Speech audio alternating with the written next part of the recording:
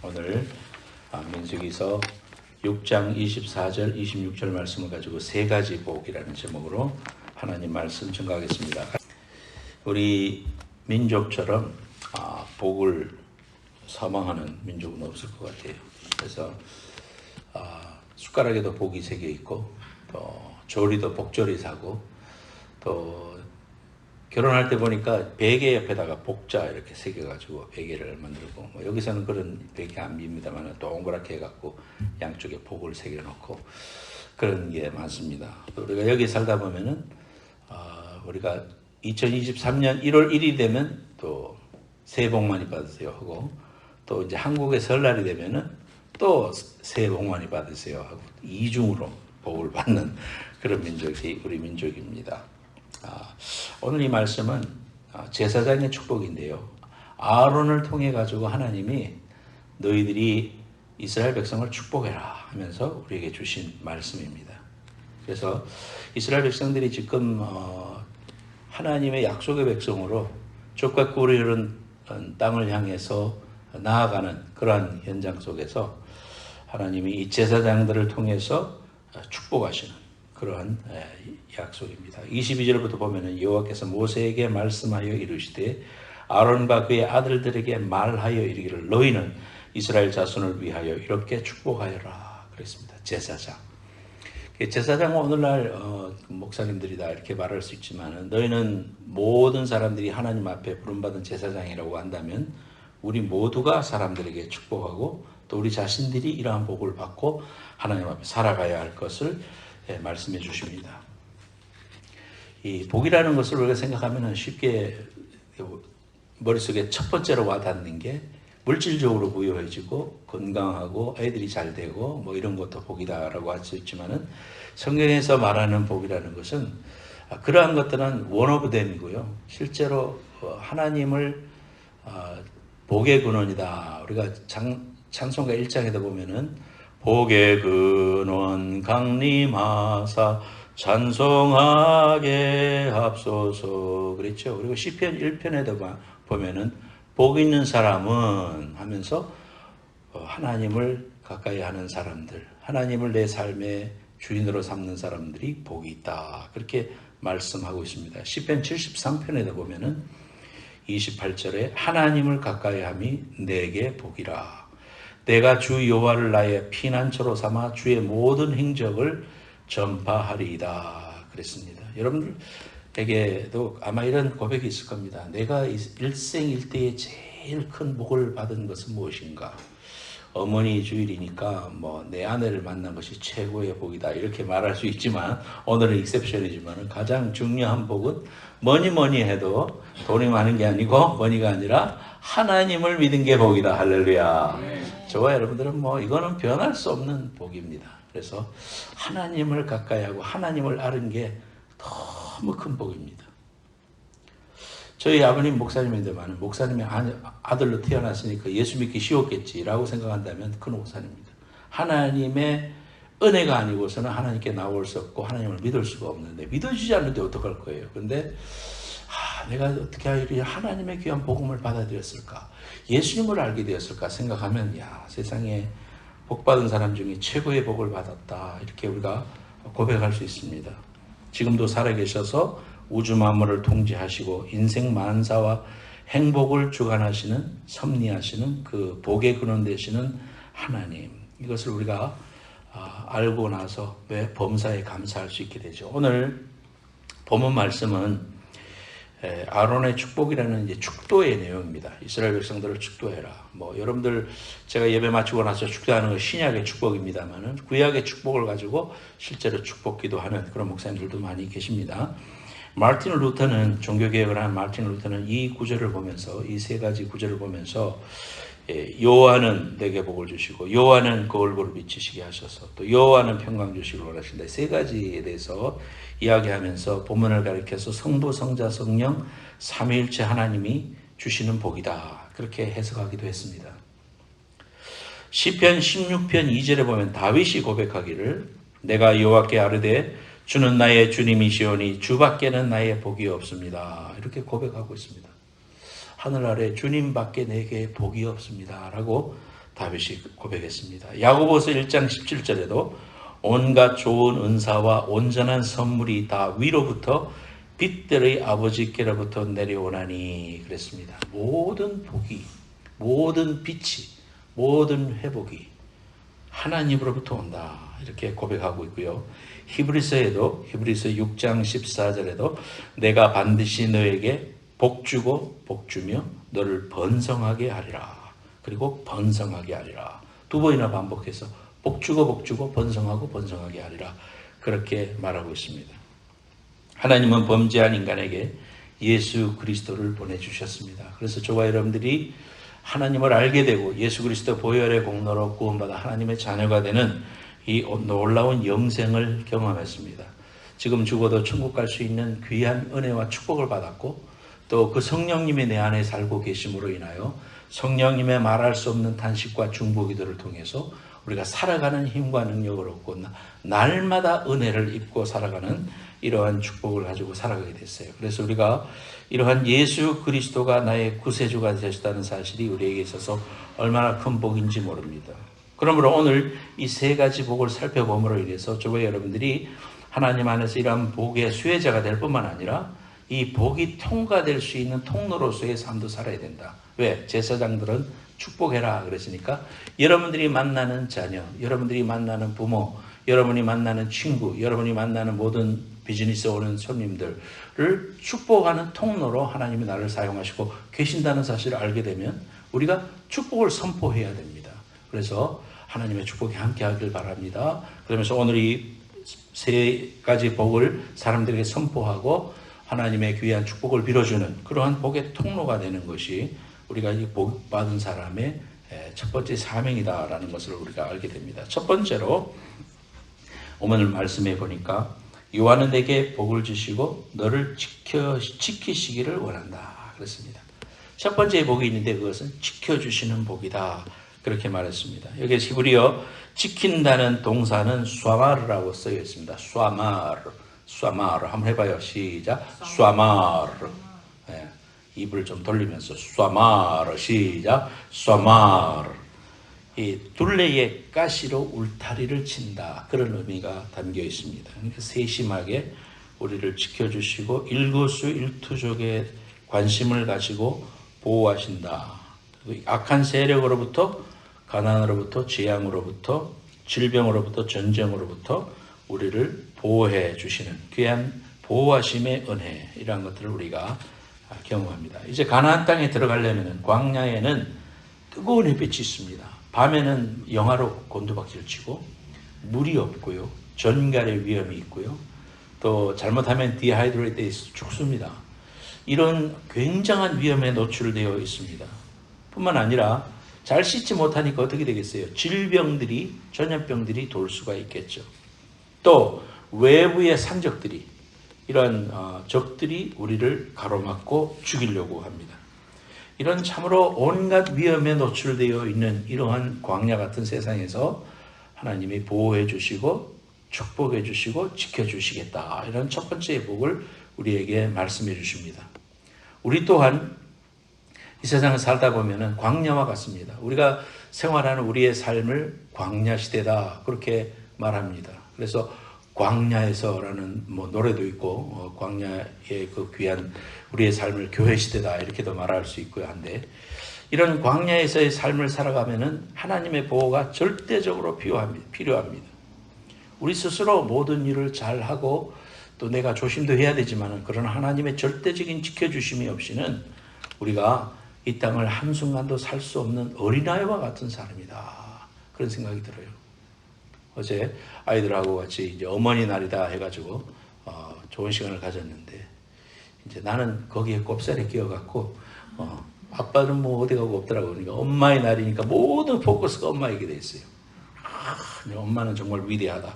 정말 그렇습니다. 왜냐하면 우리의 어머님들이 우리를 기를 때 생각을 해보세요. 얼마나 많은 저한테 있어요. 땡큐. 너무 케어해줘서 고마워요. 그래서 하나에서 열까지 손이 가잖아요. 다 손이 진짜 많이 가는 것이 자녀입니다. 그래서 저도 아이를 기를 때 생각해 보면 어제 잠자기 전에 아내한테 그렇게 고백했어요. 여보, 아이들 기르느라고 너무 수고했어. 밤에 자다가 아기가 엥 하고 이제 배고파서 울든지 똥을 싸서 울든지 뭐 하여튼 애들은 의사표시가 우는 거잖아요. 애들이 울면은 남편이 하는 일은 그때 당시에 저는 아내를 깨우는 일이었어요. 피곤해가지고 아내가 소리를 들었다 금방 못 깰 수 있잖아요. 그러면 내가 흔들어서 아내를 깨워놓고 나한테 계속 잤습니다. 그러면 아내가 일어나서 애들 똥기저귀 갈아주고 또 좀 먹이고 그렇게 해갖고 다시 재우고 잤는데 지금 생각해보니까 미안하게 그지없어요. 내가 하는 일이라고는 그저 그것밖에 없었구나. 기저귀 갈아준 것도 그냥 몇 손가락에 꼽을 정도밖에 없었던 그런 시기에 또 그렇게 살았었습니다. 손이 많이 갑니다.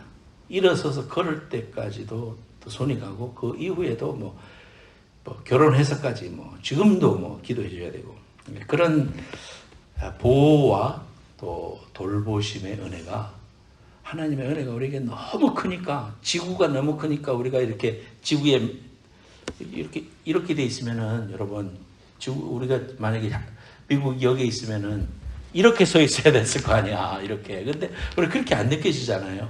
넓고 중력이 뒷받침되니까 지구의 꼭대기에 가도 그걸 못 느끼고 우리가 이렇게 편안하게 살 수 있는 그런 은혜를 경험할 수 있듯이 하나님의 은혜가 너무 크고 지켜주심이 너무 크니까 그걸 못 느껴서 감사하지 못하고 그렇게 살 때가 많습니다. 여러분 우리가 살아가고 있는 이 시대가 우리 건강뿐만 아니라 매 순간순간이 하나님의 지켜주심이 없이는 살 수가 없다는 것을 깨닫습니다. 미국과 소련이 가진 핵탄두만으로 지구를 41회나 파괴할 수 있다. 어떤 사람은 그렇게 말했습니다. 핵탄두가 지금 37,000개가 있다. 발표되지 않은 것도 있겠죠. 실수로 잘못해서 누르면 지구는 없는 겁니다. 북한이 금년 3월 19일에 동해상공 800m에서 핵탄두 실험을 했는데요. 성공했다고 주장했어요. 거기에 핵미사일의 위력이 20KT 되는 그런 핵탄두를 탑재하고 만약에 그것이 서울 상공에서 800m에서 터졌다, 시청호에서 터졌다 또는 용산 대통령실인데 위에서 터졌다라고 한다면 그걸 가지고 이제 시뮬레이션을 했어요. 미국 스티븐스 공대 알렉스 엘러스타인 교수가 개발한 앱인데요. 누쿠맵이라는 게 있답니다. 그 누쿠맵으로 데이터를 집어넣고 딱 실험을 해보니까 순식간에 11만 4,600명이 사망한다. 번쩍하면서 사라지는 거죠. 그 다음에 그 여파로 죽게 되는 사람이 53만 4,600명이다. 그리고 대통령실로부터 시청하고 뭐 그쪽으로는 다 순식간에 초토화가 되고 없어진다. 그래서 이러한 그 통계가 실제적으로 나오고 있습니다. 그래서 북한이 그거를 사용을 안 해야 되는데 코너에 몰려가지고 획가닥 해가지고 그걸 사용하면은 물론 자기가 없어질 것을 알지만은 까짓거 죽는 밤국에 나 혼자 죽을 수 없다. 이러면서 그러면은요, 참 요즘은 피난도 못 가요. 저희 어머님은 기차 지붕 타고 대구까지 걸어서 와가지고 노량길에서 기차 타고 갔습니다만은 요즘은 그런 피난이 있을 수가 없습니다. 그냥 현장에서 사망하게 되는 그런 이제 일입니다. 뭐 미국도 안심할 수 없어요. 지금 이미 ICBM을 개발했기 때문에 그걸 갖다가 이렇게 안 쏘고 만약에 직선으로 쏜다면 이러면은 샌프란시스코, 뉴욕, 워싱턴까지 다 해당 거리에 있을 수 있다. 참 이런 이제 그 일들을 들으면은 야 정말 이게 일촉즉발의 위기 속에서 우리가 살아가고 있구나 그런 생각을 하게 됩니다. 영적으로는 뭐 더하죠. 영적으로는 온갖 이단과 또 온갖 영적인 미혹인 세력들이 사람들을 집어삼키고 있고요. 특히 요즘에 와서는 미디어를 통해서 유튜브를 통해서 많은 사람들이 미혹되고 또 쉽게 컨택이 되는 이런 상황 속에 살고 있기 때문에 우리가 정말 하나님의 말씀 위에 깨어있고 하나님께 이런 복을 빌어야 됩니다. 주님, 나를 지켜주옵소서. 영적으로 지켜주시고 육적으로 지켜주시고 또 이웃들에게 복을, 이러한 지켜주심의 하나님의 은혜를 선포하고 나눠줄 수 있는 이러한 전도적인 삶을 살 수 있도록 축복해달라고 하나님 앞에 간절히 기도하고, 이러한 지켜주시는 복이 여러분의 생을 통해서 여러분을 통하여 흘러가는 귀한 흘러감의 복이 있기를 예수님의 이름으로 축복합니다. 우리 찬송가에도 시편 129편 가지고 지은 찬송이 있잖아요. 하나님은 너를 지키시는 자, 하나님은 너를 지키시는 자, 너의 우편에 그늘이 되고 낮의 해와 밤의 달도 너를 해치 못하고 모든 환난을 면케 해주시고 출입을 지켜주시겠다. 눈을 들어 산을 보라. 너의 도움이 어디서 오나 천지를 지으신 너를 만드신 여호와께로다 그랬습니다. 한순간도 여러분 교만하지 말고 하나님 불쌍히 여겨주시옵소서. 정신을 차려 근신하며 하나님 지켜주시옵소서. 생각과 마음을 지켜주시고 하나님께 중심을 두고 흔들리지 않는 믿음의 삶을 살 수 있도록 도와달라고 지켜주시는 하나님 앞에 간절히 간구하고 그런 복을 받는 저 여러분들 될 수 있기를 예수님의 이름으로 축복합니다. 두 번째로 따라합시다. 은혜 베푸시는 복. 은혜 베푸시는 복.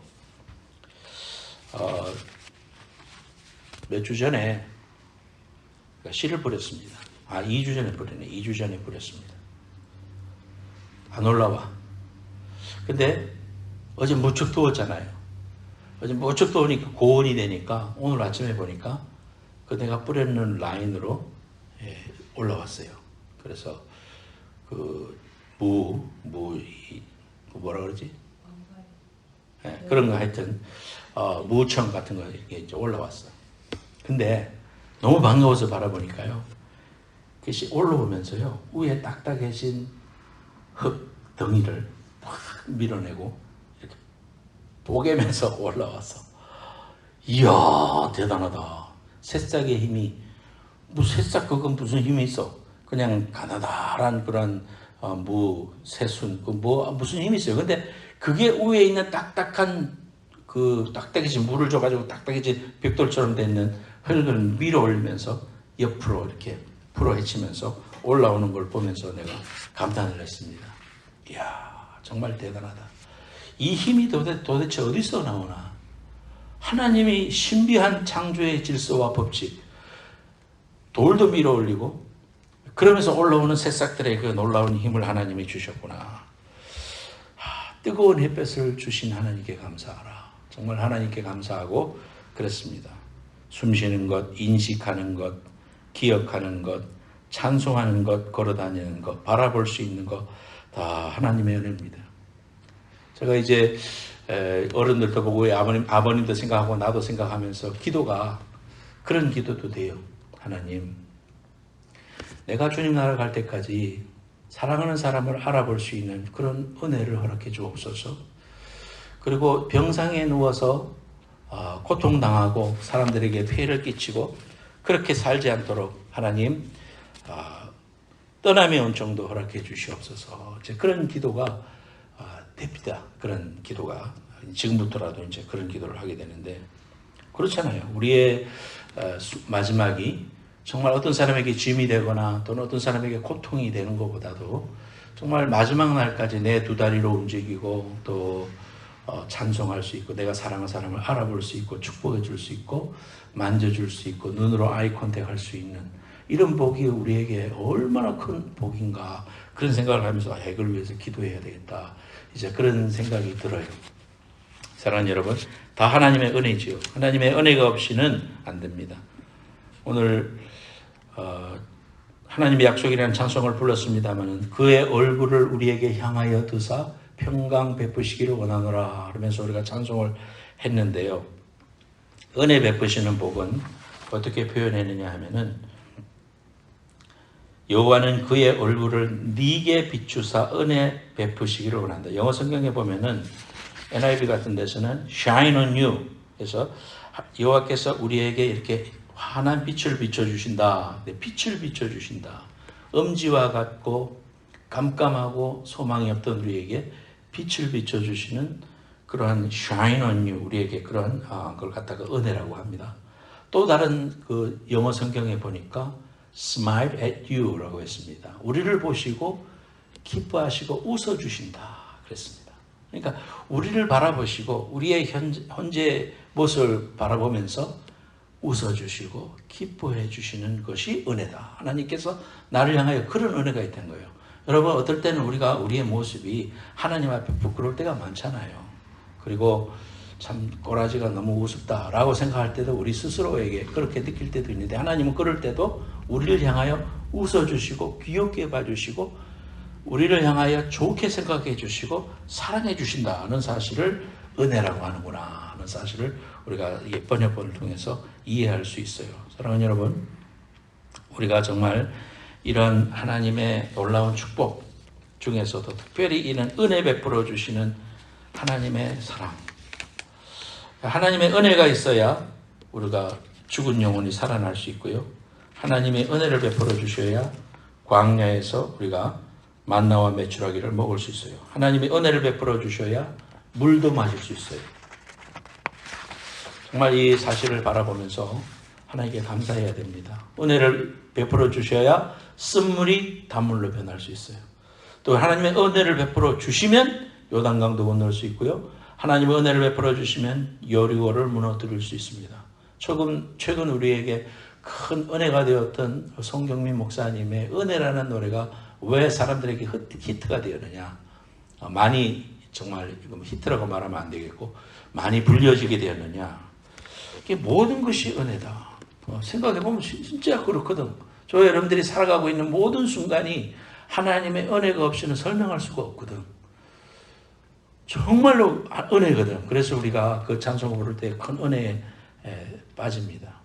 하나님의 은혜가 없이는 죽을 수밖에 없고 지옥 갈 인생, 은혜를 베풀어 주셔야 존귀한 자가 되고 존귀한 인생을 살 수가 있는데, 하나님 앞에 여러분 이렇게 기도하세요. 하나님, 두 번째 복을 주시는데 이런 하나님의 은혜의 복이 우리의 가정에 임하기 원하고, 내 몸에 임하기 원하고, 또 내 부모님에게 임하기 원하고, 내 자녀에게 임하기 원합니다. 하나님, 내가 만날 모든 사람들에게 이러한 귀한 은혜의 통로가 될 수 있도록 하나님 나를 은혜의 통로로 사용해 주십시오. 국가와 민족을 위해서 정말 이러한 은혜가 흘러넘치게 하옵소서. 많은 교회들이 이러한 하나님의 은혜를 나눠줄 수 있는 은혜의 교회가 될 수 있도록 함께 해달라고, 은혜 속에서는 은혜의 축복으로 충만한 여러분들 되시기를 예수님의 이름으로 축복합니다. 아멘. 마지막으로 세 번째 말씀은 26절 말씀입니다. 요한은 그 얼굴을 네게로 향하여 드사 평강 주시기를 원하노라 할지니라 하라 그랬습니다.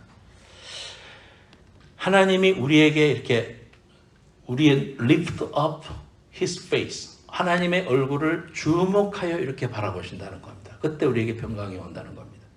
우리에게 그러한 평강을 주시기를 원하시는, 하나님의 복을 주시기를 원하는 그것이 하나님 아버지의 마음이라는 사실을 우리가 알게 됩니다. 이 평강이라는 것은 어떤 것인가?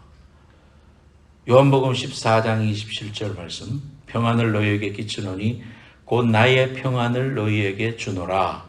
내가 너희에게 주는 것은 세상이 주는 것 같이 아니하니라. 너희는 마음에 근심도 말고 두려워하지도 말라.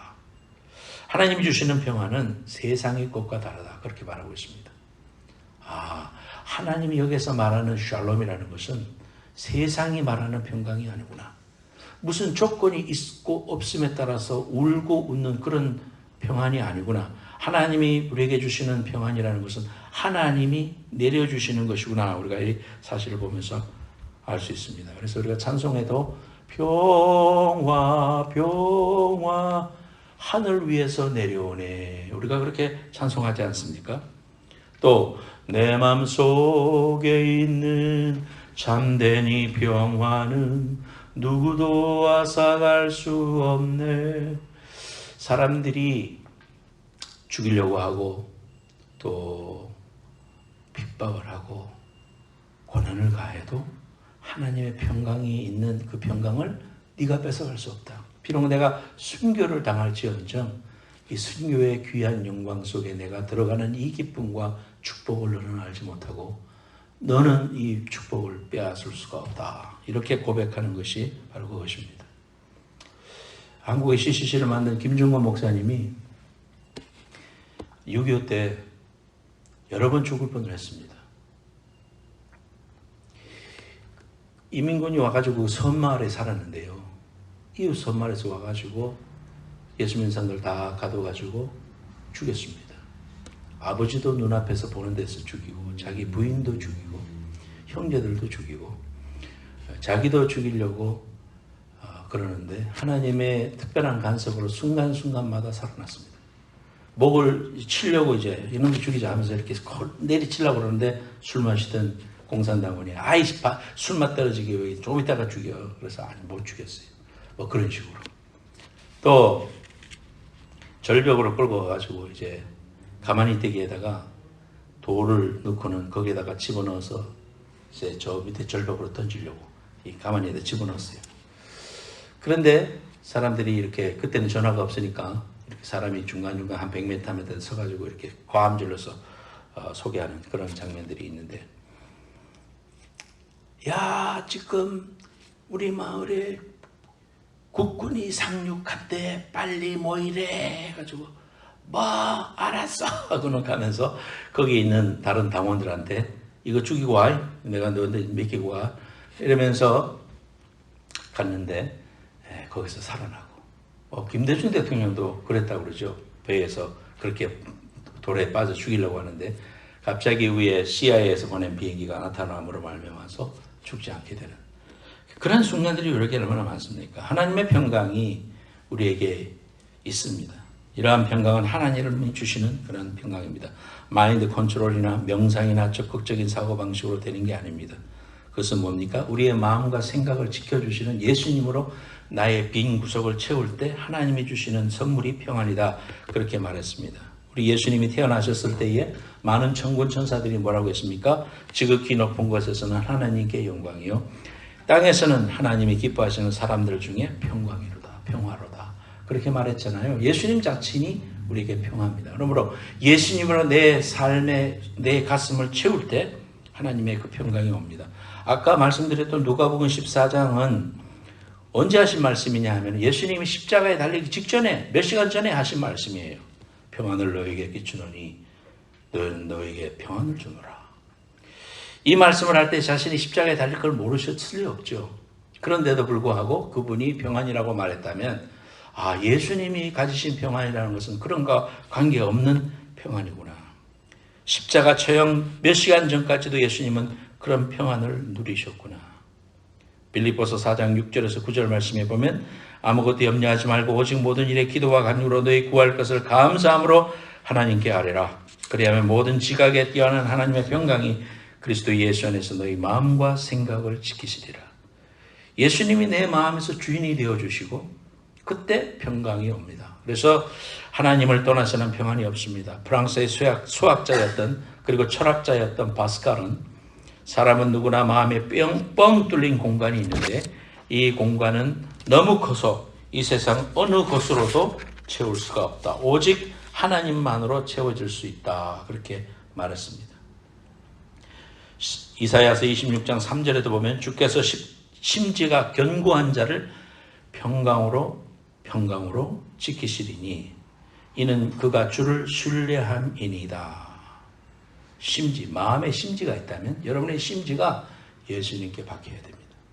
세상 것에 박히지 말고 하나님의 말씀 위에 하나님의 그 귀한 인격 위에 우리의 심지를 내리는 것, 이것이 우리가 이 세상에서 평안하게 사는 귀한 지름길이라는 것, 예수로 충만하게 하는 겁니다. 이 땅에서 우리가 살아가는 우리 그리스도인의 삶은 나를 부인하고 십자가를 지고 쫓아가는 것이라고 했는데 그것은 무엇을 말합니까? 나를 부인하고 예수로 채우는 삶, 그것이 바로 그리스도인의 삶입니다. 그리스도인이라는 것은 그리스도로 충만한 삶을 말하는 겁니다. 그리스도로 인하여 사는 삶이고 그리스도가 목적이 되는 삶이고 나는 정과 욕심을 다 십자가에 못 박았고 이제는 내 개인이라는 존재는 없고 내 안에 그리스도가 사는 것이다. 그래서 사도 바울처럼 나는 그리스도와 함께 십자가에 못 박혔나니 이제 내가 사는 것이 아니요 내 안에 그리스도께서 사는 것이다. 이러한 고백하는 것이 그리스도인의 삶입니다. 사랑하는 여러분, 생명의 삶 6월호에 함께 쉐어하기 원하는 귀한 말씀 함께 나누기를 원합니다.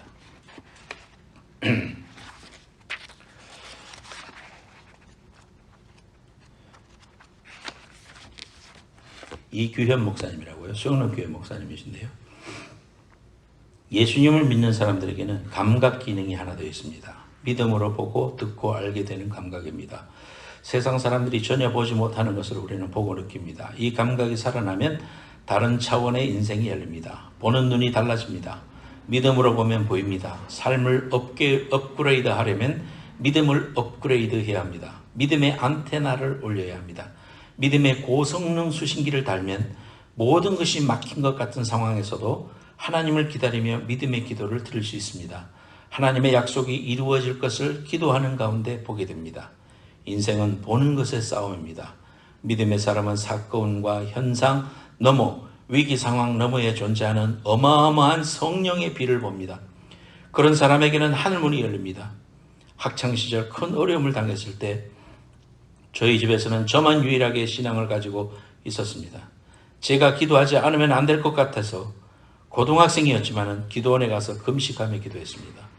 더 정확히 표현하자면 환난과 삶의 위기가 저를 기도로 이끌었고 저는 그 선택을 통해 뜨겁게 성령을 체험했습니다. 기도로 믿음을 키워가기를 바랍니다. 그 믿음을 통해 사건과 삶을 현상을 뛰어넘는 눈이 열려서 세상이 상대조차 할 수 없는 탁월한 하나님의 사람으로 살아가는 은혜가 있기를 간절히 바랍니다. 기도하겠습니다.